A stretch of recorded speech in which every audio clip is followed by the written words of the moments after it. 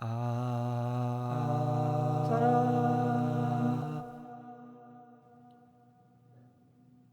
Art of Being an Indie Software Consultant, a chat with John Berryman. You know what's both intriguing and challenging about the developer consulting world? It's not just about writing code, it's about building a whole persona, finding the right clients, while somehow simultaneously also making sense of the rapidly evolving tech landscape. I just had a nice and interesting chat yesterday with another indie consultant from the prompt engineering and LLM space, John Berryman, that got me thinking about this whole journey. Here are some of the topics we discussed in no particular order. What? I have to market myself? A thing that keeps coming up in conversations with other consultants is the struggle with the business side of things. We are comfortable debugging complex systems, but marketing ourselves? Haha, yeah, a tweet now and then will perhaps suffice.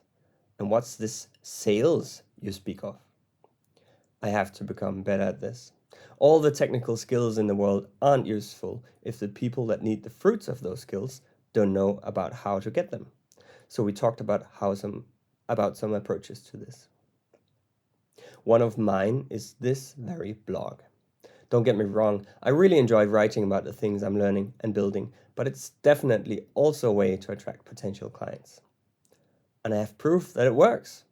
My current client, the interesting work of which I really want to write about soon as well, found me through Go and SQLite in the cloud, an article I wrote on my Go course platform. That engagement has already paid me more than the whole Build Cloud Apps in Go course in its whole lifetime. I'm not sure what that should tell me about my priorities of how I spent my time building that course. I don't regret it, and I've helped a lot of students, but it wasn't exactly in my financial interest. And you don't need to be the marvelous content machine that is Simon Willison to both put something valuable out there and attract potential clients. Jason Liu has said that 4 of his most popular articles attract 70% of his clients. The hard thing is to figure out what those 4 articles should be when you haven't written them yet. And I figure it's just easier to try to write a lot and let the internet figure it out for me. The value-based pricing puzzle. The hourly billing ceiling is real.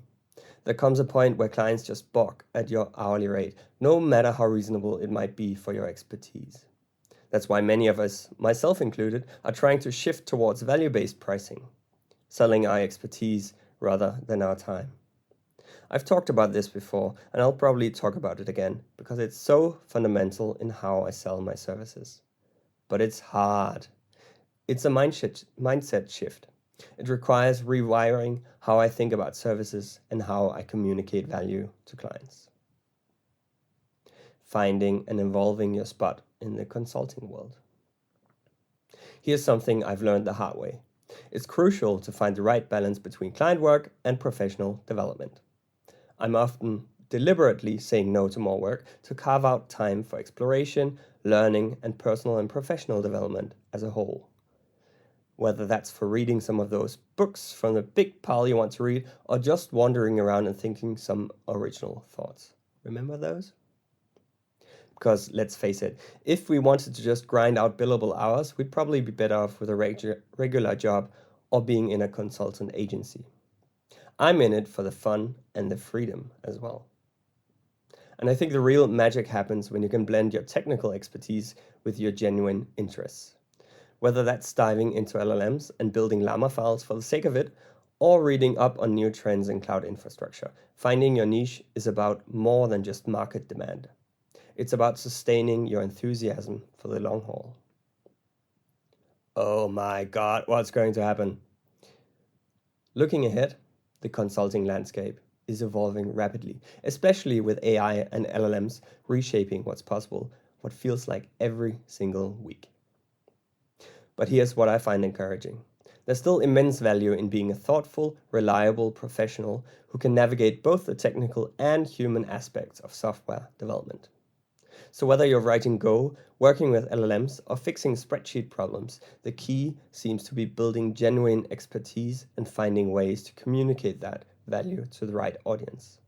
It's not about becoming the next $10,000 an hour consultant overnight. It's about steady growth, continuous learning, and having a bit of fun along the way.